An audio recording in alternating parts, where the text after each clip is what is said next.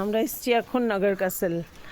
এটা হচ্ছে কাসলের সাইট সিনে আর কি। এই যে মন্দিরটা দেখতে পাচ্ছ, এটা হচ্ছে ভগবতী মাতার মন্দির। অনেক পুরনো, পুরো মন্দিরটাই কাঠের তৈরি, খুব সুন্দর। এই যে এই মন্দিরটায় আমরা যাচ্ছি, তার সঙ্গে দেখো আকাশটা কত সুন্দর, পাহাড়ের এটাই হচ্ছে বিশেষত্ব। ভীষণ ভালো লাগে যদি ওয়েদারটা ভালো থাকে আর কি।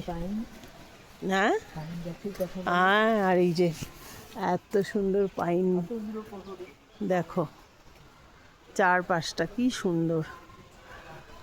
এই যে আমরা এসছি,